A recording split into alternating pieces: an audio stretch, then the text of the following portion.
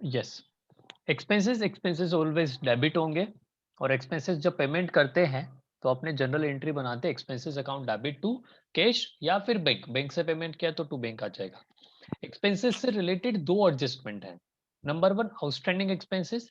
Outstanding मतलब the expenses which is payable, payment करना बाकी है अभी, that is payable. And second one is prepaid. नाम खुद ही बता रहा है, प्रीपेड मतलब होता है एडवांस पेमेंट कर दिया है, पेड इन एडवांस। आपने एडवांस पे पेमेंट कर दिया, दैट इज प्रीपेड। फाइन। आपने एक्सपेंसेस इनकर हो गया, लेकिन उसका पेमेंट देना बाकी है, दैट इज, इसको लिख सकते हैं yet to be paid. Payment देना बाकी है अभी, दैट इज पेएबल है। तो आउटस्टैंडिंग एक्सपेंसेस देना बाकी है, फ्यूचर में पेमेंट करोगे आप, फ्यूचर में पेमेंट करोगे, दैट मीन्स ये अपनी लाइबिलिटी है, अपकमिंग फ्यूचर में आप पेमेंट करने वाले हो। नेक्स्ट वन, कि अगर आपने प्रीपेड एक्सपेंसेस बोला, प्रीपेड एक्सपेंसेस बोला, दैट इज एडवांस में पेमेंट कर दिया है, सर्विसेज लेनी अभी भी बाकी है, है। ठीक है, सर्विसेज लेनी बाकी है। तो ये जो चीज है वो अपने लिए क्या हो जाएगी, एसेट हो जाएगी।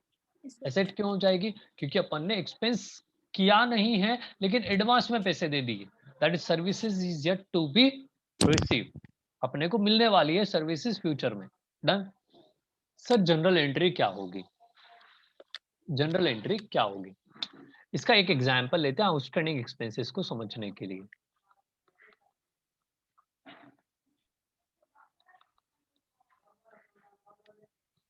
आउटस्टैंडिंग एक्सपेंसेस को समझने के लिए अपने एक एग्जांपल लेते हैं।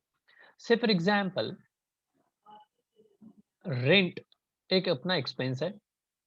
रेंट का पेमेंट जो करते हो वो करते हो, जैसे से फॉर एग्जांपल आपका अप्रैल मंथ का जो रेंट है,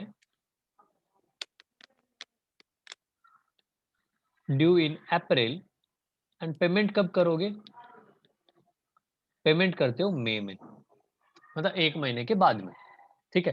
दैट इज अप्रैल 30 को जो रेंट था, मतलब पूरे अप्रैल महीने का, वो 5 या 7 तारीख को मई महीने में आप पेमेंट कर दोगे। इन द सेम वे आप मई मंथ का जो रेंट है वो आप कब पेमेंट करोगे, जून में। जून का जो होगा वो आप कब पेमेंट करोगे, जुलाई में। और इसी तरीके से चलते चलते फेब्रुअरी का जो रेंट है वो आप कब पेमेंट करोगे, मार्च में। और जो मार्च का रेंट है, जो मार्च का रेंट है वो आप पेमेंट कब करोगे, अप्रैल में। अप्रैल मतलब आपका ये हो गया नेक्स्ट ईयर। आपको अपनी बुक्स ऑफ अकाउंट्स बंद करनी है मार्च 31 को, ठीक है, लेकिन पेमेंट कब कर रहे हो, नेक्स्ट अकाउंटिंग ईयर में, दैट इज अप्रैल में, ठीक है। तो इस मार्च के लिए एक एडजस्टमेंट एंट्री पास करनी रहती है, क्यों, क्योंकि एक पर्टिकुलर अकाउंटिंग ईयर के जो एक्सपेंसेस हैं वो उसी पर्टिकुलर अकाउंटिंग ईयर में लिखने जरूरी होते हैं। तो यहाँ पे पॉइंट क्या आता है कि अगर आपने मार्च के एक्सपेंसेस किए हैं, अगर आपने मार्च में एक्सपेंसेस किए हैं, तो एक्सपेंस यानी कि आपका रेंट, रेंट जो है वो ड्यू होगा, रेंट ड्यू होगा।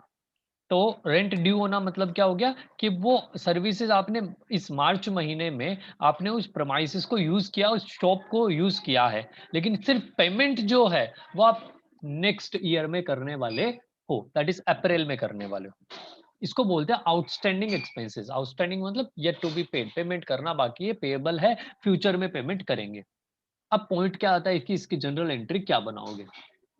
तो रेंट अपना एक एक्सपेंस है, तो रेंट अकाउंट तो डेबिट हो जाएगा क्योंकि एक्सपेंसेस को डेबिट करते हैं। नंबर दो, क्या आपने पेमेंट किया, क्या आपने पेमेंट किया, नहीं किया, यानी कि इसको मैं इस तरीके से देखूं कि सामने वाले को पैसे देने हैं, ठीक है। तो आउटस्टैंडिंग एक्सपेंसेस से आपकी लाइबिलिटी है वो इंक्रीज होगी, और लाइबिलिटी इंक्रीज होगी मतलब उसको क्या करेंगे, अपने क्रेडिट करेंगे। क्लियर एकदम। तो rent account debit to outstanding expenses account, clear एकदम। और जितना अमाउंट बाकी है, से फॉर एग्जाम्पल 10,000 रुपीज मार्च का रेंट बाकी है, तो एंट्री बन जाएगी 10,000 एंड 10,000 से, क्लियर एकदम। ठीक है, नेक्स्ट आ जाते हैं अपने प्रीपेड वाले पार्ट पे। प्रीपेड वाले पार्ट में क्या था कि प्रीपेड एक्सपेंस मतलब क्या हो गया, एडवांस में आपने पैसे दिए हैं, दैट इज वो अपने लिए क्या है, एसेट है, ठीक है। जब आपने पेमेंट किया होगा, जब आपने पेमेंट किया होगा, तब आपने जनरल एंट्री क्या बनाई होगी, सो एंड सो एक्सपेंस जो है उसका नाम, से फॉर एग्जांपल इंश्योरेंस, ठीक है। अब आपने जब इंश्योरेंस का पेमेंट किया होगा, यहाँ पे लिख लेता हूं मैं पेमेंट के टाइम पे, या फिर एग्जाम्पल लिख लेते हैं अपने,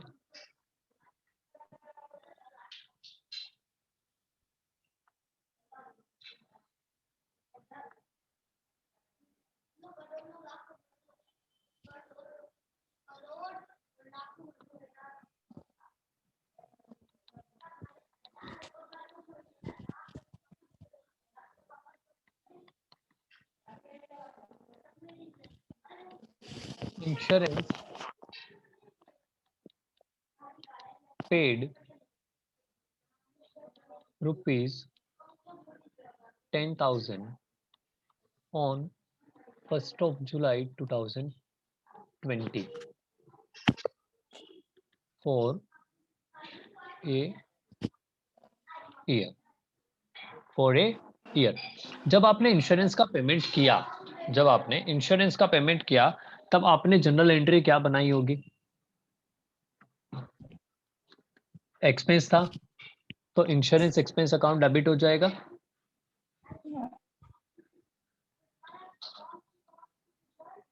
इंश्योरेंस अकाउंट डेबिट हो जाएगा। एंड पूरा पेमेंट किया है तो टू बैंक या फिर कैश आ जाएगा, जैसे भी जिस मोड से भी आपने पेमेंट किया है वो अमाउंट आ जाएगा 10,000 एंड 10,000, क्लियर। नंबर दो चीज आती है, नंबर दो चीज आती है कि सर ये जो इंश्योरेंस था वो कितने टाइम पीरियड के लिए था, क्या बोला, 1 साल के लिए इंश्योरेंस वैलिड है, 1 साल के लिए, 1 ईयर, ठीक है। तो अगर 1 साल के लिए इंश्योरेंस वैलिड है, तो क्या पोजीशन बन रही है, तो आपने पेमेंट कब किया है, आपने पेमेंट किया है that is 1st of July 2020 को, ठीक है। अगर इससे मैं 1 साल काउंट करूं, दैट इज नेक्स्ट ईयर में 30th of June 2021, लेकिन यहाँ पे इस जगह पे आपका अकाउंटिंग ईयर एंड हो जाता है, that is 31st of March 2021, आपका अकाउंटिंग ईयर यहाँ पे आ जाएगा। सो दैट ये जो ग्रीन वाला पार्ट है, ये आपका करंट अकाउंटिंग ईयर है, और ये जो पर्पल वाला पार्ट है वो नेक्स्ट अकाउंटिंग ईयर है, फाइन। ये अपना करंट ईयर है और ये अपना नेक्स्ट ईयर है। अब देखो पोजीशन क्या बन रही है कि नेक्स्ट ईयर जो पर्पल वाला पार्ट है उसका एक्सपेंस जो है वो भी अपन ने इस डेट पे पेमेंट कर दिया है, मतलब अपन ने तो पूरा 10,000 का पेमेंट किया ना, एक पार्ट 9 मंथ्स के लिए, दैट इज जुलाई से लेके 31st मार्च तक, जो करंट ईयर से रिलेटेड है, जो तो इसी साल का खर्चा है तो इसी साल अपने रिकॉर्ड करेंगे, जो नेक्स्ट ईयर का एक्सपेंस है उसको भी अपन ने पेमेंट कर दिया है एडवांस में, एडवांस हुआ ना, दैट इज जो 31st मार्च के बाद का जो पीरियड है, that is 1st of April 2021 से लेके 30th of June 2021, यहां तक का जो पीरियड, टाइम पीरियड है वो अपन एडवांस में पेमेंट कर रहे हैं, ठीक है। तो पोजीशन क्या बन रही है, तो पोजीशन ऐसी बन रही है कि यहाँ पे जो 3 मंथ्स का अमाउंट आएगा, यहाँ पे जो 3 मंथ्स का अमाउंट आएगा और यहाँ पे जो 9 मंथ्स का अमाउंट आएगा, उसको अपने अपनी जगह पे रिकॉर्ड करना है। तो यहाँ पे आप 10,000 का पेमेंट कर रहे हैं, तो उसकी जनरल एंट्री तो आपने यहाँ पे बना दी, insurance account debit to bank, ठीक है। 9 मंथ्स तक के जितने भी एक्सपेंसेस थे, एक्सपेंसेस कैसे कैलकुलेट करोगे, 10,000 रुपीज का जो अमाउंट पेमेंट किया है वो 12 मंथ्स का था, तो 9 मंथ्स के लिए अमाउंट कितना आएगा, दैट इज 7,500। ये तो करंट ईयर का एक्सपेंस हो गया, लेकिन यहाँ पे जो अमाउंट है that is 10,000 into 3/12 is equals to 2,500। तो जो 2,500 है उसकी सर्विसेज अपने को नेक्स्ट अकाउंटिंग ईयर में मिलने वाली है। क्या बोला था, पेड इन एडवांस एसेट होती है, services yet to be receive. Services अपने को फ्यूचर में मिलने वाली है, कितने अमाउंट के लिए, सिर्फ और सिर्फ 2,500 के लिए। तो ऑन 31st ऑफ मार्च आपको एक एडजस्टमेंट एंट्री बनानी पड़ेगी। क्या एडजस्टमेंट एंट्री बनानी पड़ेगी, भाई खर्चा नहीं हुआ है, अभी अपन ने सिर्फ पेमेंट किया है एडवांस में, खर्चा नहीं हुआ है, आपने इंश्योरेंस अकाउंट को डेबिट किया 10,000 रुपीज से, वो तो गलत है ना, इस साल का खर्चा थोड़ी ना पूरा 10,000, 2,500 तो नेक्स्ट ईयर का है, तो इस साल क्यों रिकॉर्ड करना, तो एक्सपेंस को अपने को कम करना पड़ेगा, कम करना पड़ेगा। इंश्योरेंस एक्सपेंस अकाउंट डेबिट किया 10,000 रुपीज से, लेकिन वो इंश्योरेंस एक्सपेंस 10,000 नहीं, वो इस साल का तो सिर्फ 7,000 ही है। तो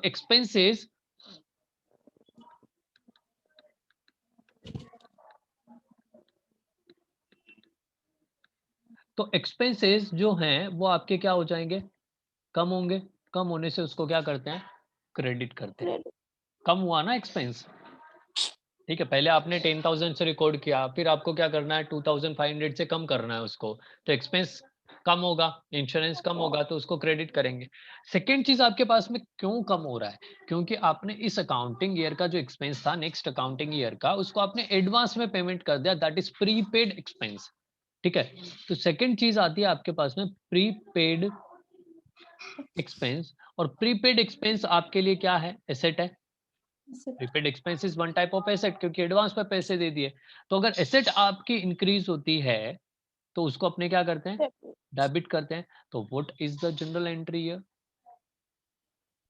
Prepaid expense account debit to expense. Prepaid expense account debit to expense account. अब प्रीपेड इंश्योरेंस कर सकते हो, जो भी एक्सपेंस का नाम है वो पर्टिकुलरली लिख दो, prepaid insurance account debit to insurance account या इंश्योरेंस एक्सपेंस अकाउंट।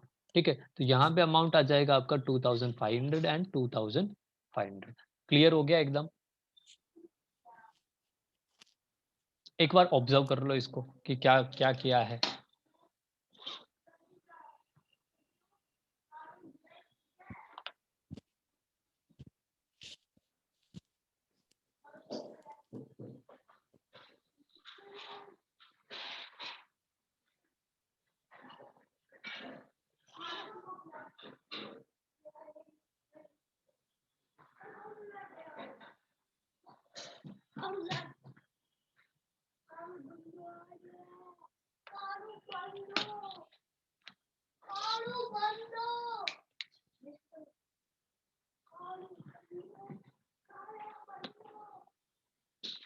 क्लियर हुआ।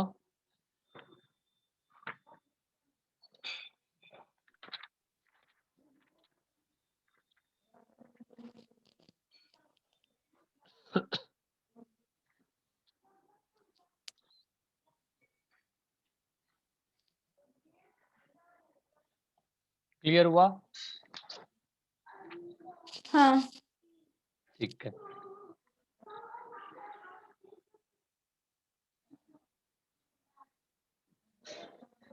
नेक्स्ट, ये जो कॉन्सेप्ट था सेम टू सेम एप्लीकेबल होता है इनकम पे, ये अपन ने एक्सपेंसेस के व्यू पॉइंट से देखा। तो अगर यही सेम चीज अपने इनकम के व्यू पॉइंट से देखें, तो या तो क्या हो सकता है कि अपन ने सामने वाले को सर्विसेज दे दी और इनकम अभी मिलनी बाकी है, नंबर वन। या फिर सामने वाले ने इनकम दे दी, अपने को पैसे दे दिए, लेकिन अपने सर्विसेज देने बाकी है। ठीक है, होता है ना ऐसा। जैसे स्कूल में क्या होता है, स्कूल में एडवांस फीस ले लेते हैं। ठीक है, स्कूल में एडवांस फीस ले लेते हैं और आपको पढ़ाना बाकी रहेगा। दूसरा क्या होता है, जो होम ट्यूटर्स आते हैं घर पे पढ़ाने के लिए, 1 महीना पढ़ाएंगे, उसके बाद में आप उनको पेमेंट करोगे, ऐसा होता है ना। ठीक है, तो दोनों के केसेस अलग अलग अपोजिट डायरेक्शन में जाते हैं। अब अगर यही चीज मैं इनकम के व्यू पॉइंट से बताऊं,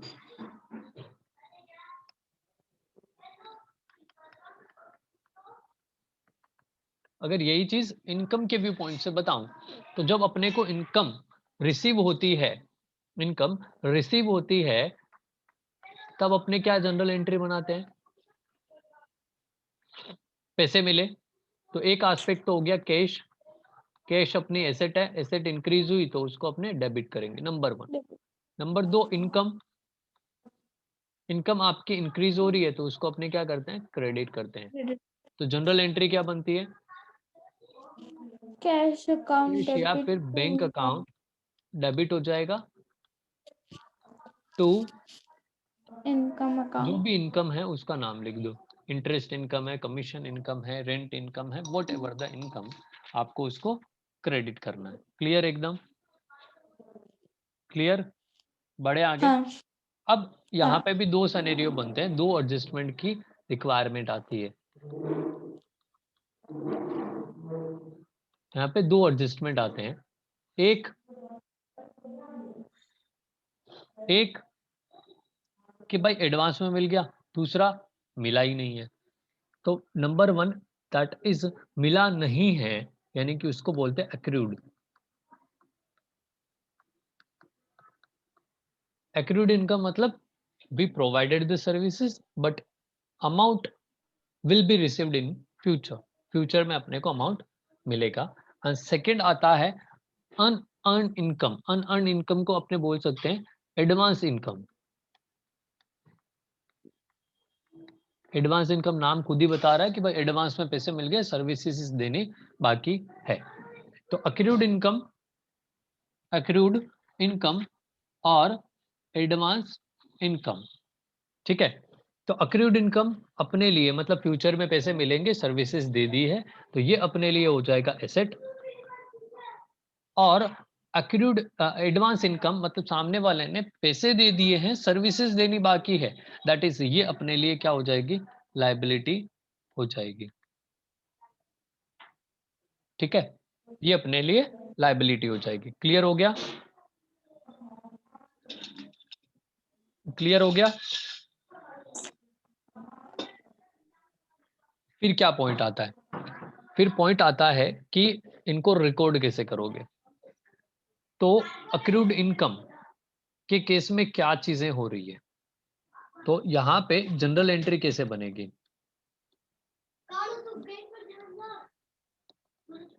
यहाँ पे जनरल एंट्री कैसे बनेगी। पहली चीज तो इनकम है अपनी, अपन ने सर्विसेज दे दी तो उसको ड्यू कर देंगे। तो एक एस्पेक्ट तो आता है इनकम का, एक एस्पेक्ट तो आता है इनकम का।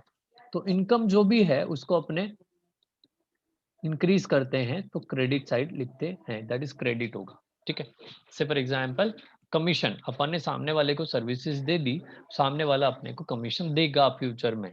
ठीक है, तो we have the right to receive the amount, क्यों, क्योंकि अपन ने उसको सर्विसेज प्रोवाइड कर दी है। दूसरी चीज अगर पैसे मिल जाते, कैश मिल जाता, तो कैश अकाउंट अपने लिए एसेट होती, एसेट इंक्रीज होती तो अपने उसको डेबिट करते। बट यहाँ पे क्या लिख रहे हैं, अक्रूड इनकम, एक्रू हो चुकी है, that is accrued income. Accrued income जो है वो अपने लिए एसेट होगी, क्योंकि फ्यूचर में अमाउंट मिलेगा तो उसको अपने क्या कर देंगे, डेबिट कर देंगे। क्लियर एकदम। तो यहाँ पे जनरल एंट्री क्या बन रही है, accrued income income account account debit debit to income income account. Account, amount क्या आ जाएगा, जो भी अमाउंट है वो। ठीक, सेकेंड आता है इनकम रिसीव्ड इन एडवांस। अगर अपने को एडवांस में इनकम रिसीव हो जाती है तो वो अपने लिए क्या है, लायबिलिटी है। वो अपने लिए क्या है, Liability. लायबिलिटी है। अपने लिए लायबिलिटी, तो पहला एस्पेक्ट वो अपनी इनकम नहीं है।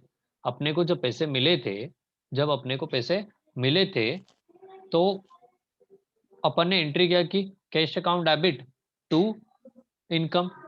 अब जो इनकम रिसीव हुआ है अपने को एडवांस में, वो अपनी इनकम थी ही नहीं, वो अपनी इनकम नहीं थी। से फॉर एग्जाम्पल यहाँ पे जो अपने को कैश में इनकम मिली है, से for example cash account debit to commission income 10,000 rupees advance में मिल गया, तो आपने जो इनकम को क्रेडिट किया कमीशन इनकम, तो अपनी इनकम की नहीं, वो नेक्स्ट ईयर की इनकम है, वो नेक्स्ट ईयर की इनकम है, इस साल की इनकम नहीं है।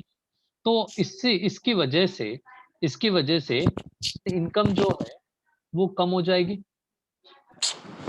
क्योंकि नेक्स्ट ईयर की इनकम है, इस साल की इनकम नहीं है। तो नेक्स्ट ईयर की इनकम नेक्स्ट ईयर में काउंट करेंगे, तो इस साल अपनी इनकम कम हो जाएगी, तो कम होने से उसको अपने क्या करते हैं, डेबिट करते हैं। एंड नंबर 2, एडवांस में रिसीव हुआ है, एडवांस में रिसीव हुआ है, तो अपने उसको क्या लिखेंगे, इनकम रिसीव इन एडवांस। ठीक, income receive in advance is one type of liability, क्योंकि अपने को उसको सर्विसेज देनी है। अगर लाइबिलिटी इंक्रीज होती है तो अपने उसको क्या करते हैं, क्रेडिट करते हैं। क्लियर हो गया, क्लियर हुआ? हाँ। क्लियर एकदम? तो जनरल एंट्री क्या बनेगी, income account debit to income income received receive in advance account. Done, एकदम अच्छे से क्लियर। हाँ। अब अपने क्या करते हैं, इसके कुछ एग्जाम्पल्स कर लेते हैं। ठीक है, इसके कुछ एग्जाम्पल्स कर लेते हैं।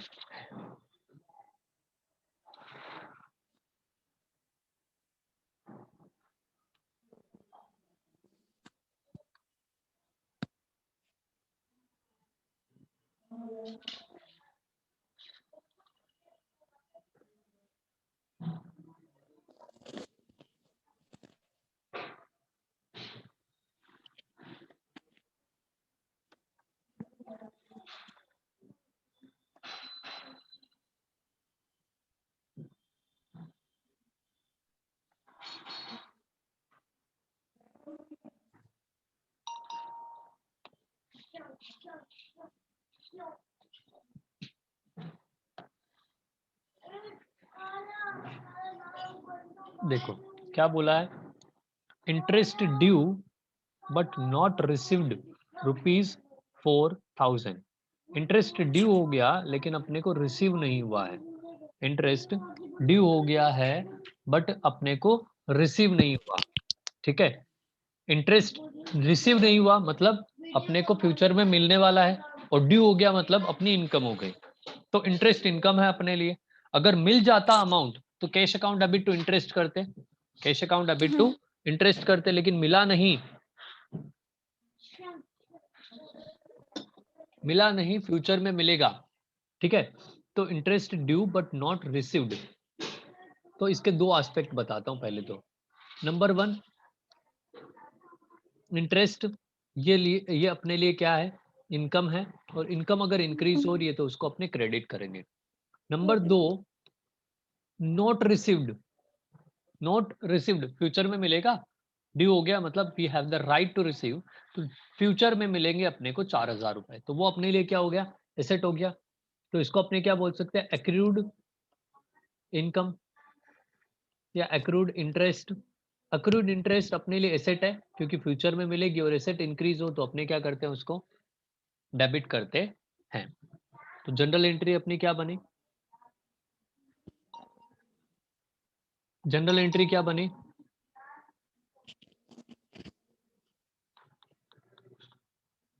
Accrued accrued interest interest account debit to interest interest, income account. Interest income या इंटरेस्ट अकाउंट। अमाउंट आ जाएगा 4,000 एंड 4,000। क्लियर एकदम? हाँ। इन द सेम वे दूसरा एग्जाम्पल लेते हैं।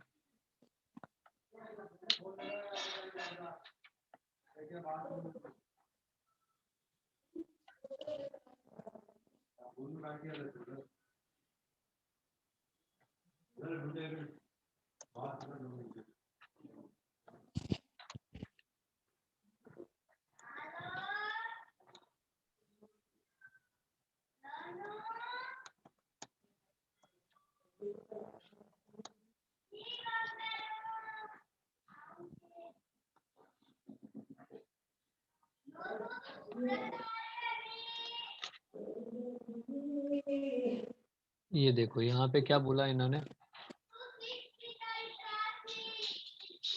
सेकंड पॉइंट में क्या Received बोला है, commission of received commission ₹10,000 by cheque. Number 1 अपने को क्या करना है, कमीशन की एंट्री बना दो। नंबर 1 कमीशन अपने को मिला है, ठीक है, किससे मिला है, चेक से मिला है, ठीक है, कमीशन मिला है अपने को 10,000 रुपीज चेक से।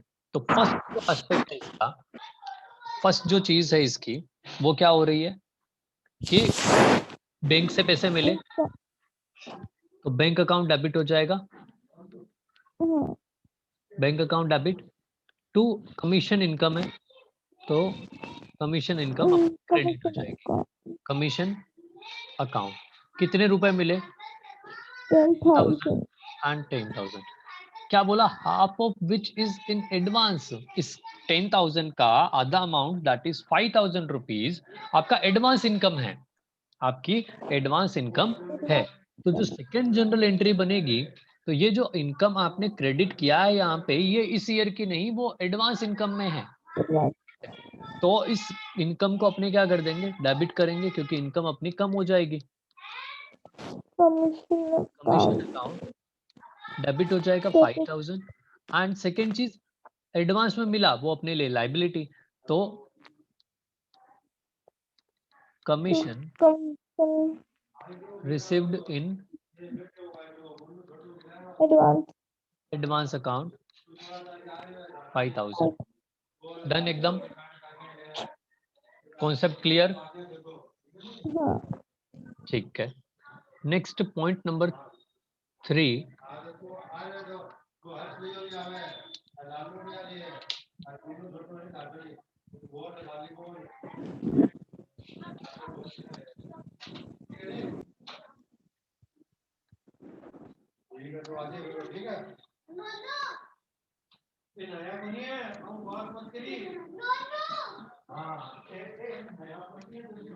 salaries due to staff ₹25,000। salaries due to staff ₹25,000। Salary देनी बाकी है, सैलरी देनी बाकी है 25,000 रुपए की। तो सैलरी अपना खर्चा हो गया, सैलरी अपना एक्सपेंस हो गया, तो एक्सपेंसेस को तो डेबिट करते हैं, तो एक्सपेंस यानी कि सैलरी वो तो डेबिट हो जाएगा, तो सैलरी अकाउंट डेबिट 25,000। देनी बाकी है यानी आउटस्टैंडिंग है यानी पेएबल है, तो लाइबिलिटी इंक्रीज होगी, तो लाइबिलिटी इंक्रीज होगी तो इसको अपने क्या लिख सकते हैं, आउटस्टैंडिंग सैलरी अकाउंट ₹25,000। क्लियर, एकदम क्लियर, समझ आया। Outstanding salary. Number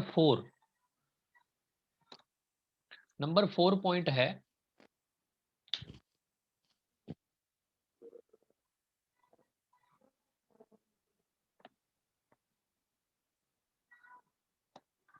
rent paid ₹24,000 out of which ₹2,000 related to next year। आपने 24,000 रुपए 24,000 का रेंट का पेमेंट किया, 24,000 आपने रेंट का पेमेंट किया, उसमें से आपका एक अमाउंट नेक्स्ट ईयर से रिलेटेड है दैट इज 2,000 रुपीज। तो जब आपने रेंट का पेमेंट किया होगा, जब आपने पेमेंट किया होगा तब आपने क्या जनरल एंट्री बनाई होगी, रेंट अकाउंट डेबिट, क्योंकि खर्चा किया है, तो रेंट एक्सपेंस या rent account debit to payment किया है यानी कि टू कैश अकाउंट, अमाउंट आ जाएगा 24,000। बट यहाँ पे जो आपने एक्सपेंस डेबिट किया है 24,000 से, इसमें से 2,000 रुपए नेक्स्ट ईयर से रिलेटेड है, मतलब एडवांस कर दिया पेमेंट यानी प्रीपेड एक्सपेंसेस हो गया, ठीक है। तो जब एडजस्टमेंट करोगे ईयर एंड पे, जब आप एडजस्टमेंट करोगे ईयर एंड पे, तब क्या करना रहेगा, ये जो रेंट है ये तो इस साल का 24 आपने डिक्लेयर किया था कि 24,000 है, लेकिन वो 24,000 नेक्स्ट ईयर का 2,000 भी तो है, तो एक्सपेंसेस आपका कम हो जाएगा, 22 पे आ जाएगा ना एक्सपेंस, तो एक्सपेंस कम होगा, तो एक्सपेंस कम होने की वजह से आपका रेंट अकाउंट जो है वो क्या हो जाएगा, रेंट अकाउंट क्रेडिट हो जाएगा account 2000 रुपए से, ठीक। और ये प्रीपेड रेंट है, नेक्स्ट ईयर से रिलेटेड था, तो प्रीपेड रेंट अकाउंट डेबिट हो जाएगा account 2000 रुपीज से। इसका लॉजिक क्या है, फर्स्ट वन, रेंट जो है वो आपका एक्सपेंस है और एक्सपेंस कम होता है तो उसको क्रेडिट करते हैं। नंबर दो, प्रीपेड रेंट है, प्रीपेड रेंट है तो प्रीपेड रेंट अपने लिए एसेट होती है, एसेट इंक्रीज होती है तो उसको डेबिट करते हैं। क्लियर एकदम, पूरा कॉन्सेप्ट समझ में आ गया? हाँ